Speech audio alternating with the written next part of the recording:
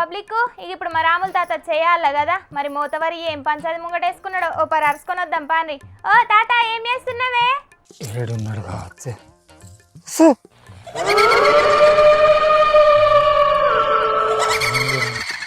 వెళ్ళరానే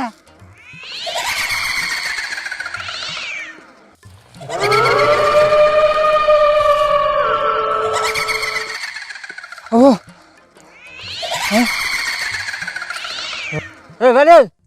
వామ్మో మోక చూస్తుంటే భయంకరంగా ఉన్నది. ఏంది కావచ్చు? మాటలు వినబడుతున్నాయి కానీ మా ముసలోడు ఏడగా ఆనత్తలేడు. ఏంది కావచ్చు? బాబో నాయన బాబు కొడుకో బాబా ఓపా కొడుకో. నీ నోట్ల మన్ను కొట్ట ముసలోడు అని నేను తడుచుకొని చత్తిని ఏం పుట్టిందని ఇంకా సెట్లు పుట్టలు పట్టుకొని తిరుగుతున్నావు చెప్పు. బాబు నువ్వు ఆయన పోయి నేనేదో కొరిదాయం అనుకొని భయపడుతుంది. అనుకోట అమ్మో నువ్వు దయ్యాలకు భయపడే రకానివేనా ముసలోడా? సరే గాని ఇక ముచ్చట ఉంచు గాని గాడెందుకు తిరుగుతున్నావు నువ్వు? అరే నేను మనిషి కోసానికి తిరుగుతాన్యా. ఆయన గిత్తనే చెట్లు పుట్టలు పట్టుకొని తిరుగుతా అంటాడు. ఆయన ఏడ దొరుకుతాడా అని ఇటు పక్క తిరుగుతాను కానీ ఏడ కానత్తలేడు కదా మరి. మనిషా ఎవరైనా ఆయన గట్లెందుకు తిరుగుతాడే?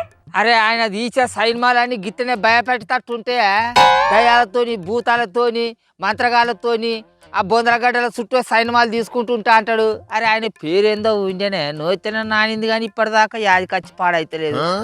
గా రామ్ మోకాల అర్మ అనే సార్ కోసం దేవులాడతాను ఇట్లా.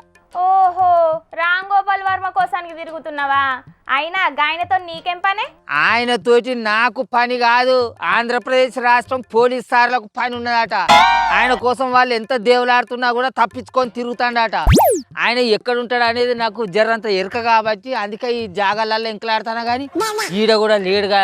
మరి ఏ గబ్బులలో ఉన్నాడో ఏ పబ్బులలో ఉన్నాడో సారు. హరే నీ అవ్వ ఆయన దయ్యం సినిమాలు చేసినంత మాత్రాన గా శ్మశానాలలో అడవులలోనే ఉంటాడా అనే? ఆయన ఉండే జాగాలో ఆయన ఉంటాడు. అబ్బా కొడుక అంటే ఆయన ఏడుంటాడు అనేది నీకు ఎరికేనన్నమాట. అబ్బా నాకు జరంత చెప్పరాదే, నేను పోయి ఆయనను పోలీస్ సార్లకు పట్టిస్తా. అయినా నువ్వు గాయనను పోలీసార్లకు పట్టించాల్సిన అవసరం నీకేమున్నది? ఏమున్నదా? అప్పట్లో మా పవనాల సార్ మీద మా చంద్రాల సార్ మీద ఏంటియో సైన్మాలు తీసిండట. అవేంటియో అచ్చిరాని రాతలు కూడా రాసిండట. అందుకే మా వాళ్ళు కేసులు పెట్టిర్రు. పోలీస్ సార్లు ఆయన కోసం తిరుగుతాంటే కూడా దొరకకుండా తప్పించుకొని తిరుగుతాడట. ఆయన ఏం తప్పించుకొని తిరుగుతలేడట, అదేందో సినిమా పనిలా బిజీగా ఉన్నాడట.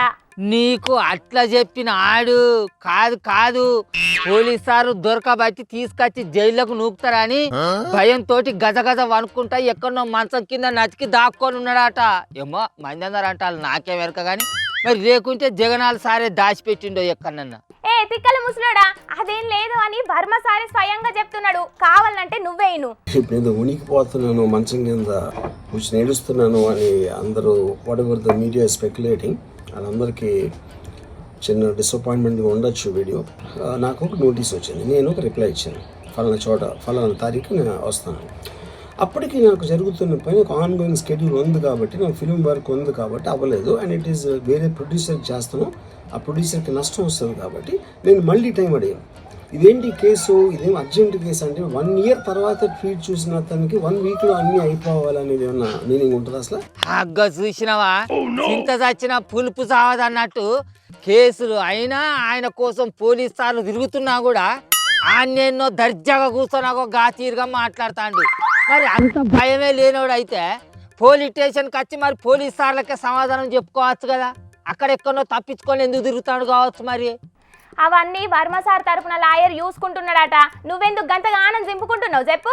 ఎందుకు చింపుకుంటాను అని అంటే మా నాయకుల పేరు మీద వాళ్ళ మనోభావాలు దెబ్బతినేటట్టు సైన్మాలు తిస్తే మా మనోభావాలు దెబ్బతినే అనే నంగనాసి నువ్వేమో రామ్ మోకాల అర్మకు బాగా వత్తాసు పలుకుతావు. అది కదక్కదానా? ఏ తిక్కల ముసలోడా నేనెందుకు ఆయనకు వత్తాసు పలుకుతా చెప్పు? అప్పుడెప్పుడో ఏడాది కిందట ఆయన పిట్టగుట్ల ఏదో రాసిండని, అప్పుడెప్పుడో ఆయన సినిమాలు తీసిండని ఇప్పుడెందుకు యాక్షన్ తీసుకోవాలి? అప్పుడే చర్యలు తీసుకోవచ్చు కదా అంటున్నా. అరే నీకేమన్నా దవాకునే మాట్లాడుతున్నావు అని నంగనాసి ఏం మాట్లాడుతున్నావు నువ్వు? అప్పుడు పంకపాటి అధికారంలో ఉండే అంత జగనాల్ సార్ రాజ్యమే నడిచే.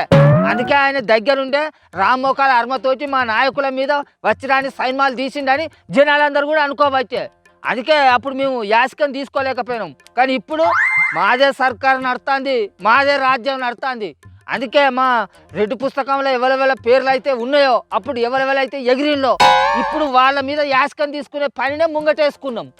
అట్లయితే వర్మ సార్ తరపున లాయరు పోలీస్ సార్లతోని మాట్లాడుతున్నాడట, మీరు కూడా గాయనతోనే మాట్లాడుకోండి అంటున్నాడు. ఆహా అట్లనా? అట్లా అయితే మేము ఆయనని ఎట్లా బయటికి గుంజాలో మాకు కూడా ఎరికే. నీ వార్తలు నువ్వైతే చదువుకో, నా పని నేను చేసుకుంటా కానీ. అల్లా అరే సమ్మాలుగా ఇంకా దయ్యాల సినిమాలు తీసే రామ్ మోకాల అర్మ అనే సారు మీ ఇంటికానే ఉన్నాడట కదరా, నిజమేనారా? అరే దిమాకు లేనోడా, మరి ఆయన మాట్లాడిన వీడియోలల్లా మీ ఇంటి వెనుక చెట్టు ఉన్నట్టే ఉన్నది, మీ ఇంటి వెనుక ఆతవరణమే కనబడుతుంది కదరా. అంటే ఆయనను మీ ఇంట్లో దాచుకొని లేడని చెప్తాను వారా? ఆగు కొడుక, నేను పోలీస్ స్థానాలకు చెప్పి నీ సంగతి కూడా చెప్పిస్తాగు. ఓ ముసలోడా, నువ్వు లేని తిక్క పనులు చెయ్యకు. నువ్వు చేసే పనులు గా సార్ చూసిండనుకో, నువ్వు చెయ్యబట్టి ఆయన మనోభావాలు దెబ్బతిన్నాయని కేసేసిండనుకో, నువ్వు కూడా చిప్పకూడు తినుడు అవుతుంది. మరి నీ ఇష్టమిగా. బాబా కొడుకు అట్లా కూడా ఉంటుంది పిల్ల. అబ్బో అట్లయితే మరి గాలిపోయే కంపని నాకు గోసికెందుకు తలిగించుకున్నాడు? వాళ్ళు ఏనన్నా పోని ఏ ఎట్లనన్నా దున్కని నాకెందుకు అవ్వు. చూసినారులా వర్మ సారు కథ ఎట్లున్నదో.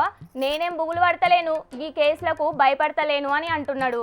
మరి అసంటోడు 3 రోజుల సంది పోలీసులతోని దాగుడు మూతలు ఎందుకు ఆడుతున్నాడో, ఏమున్నా పోలీస్ స్టేషన్కి పోయో లేకపోతే కోర్టుకు పోయో తెలుసుకోవచ్చు కదా. అందుకే అంటారు అతి తెలివికి ఆయుష్ తక్కువ అని. చూద్దాం పారిపోయిన వర్మ అనే ఈ సస్పెన్షన్ థ్రిల్లర్ సినిమాల ముంగట ఇంకేం జరుగుతుందో, ఇంకెన్ని ట్విస్టులు ఉంటాయో మరి.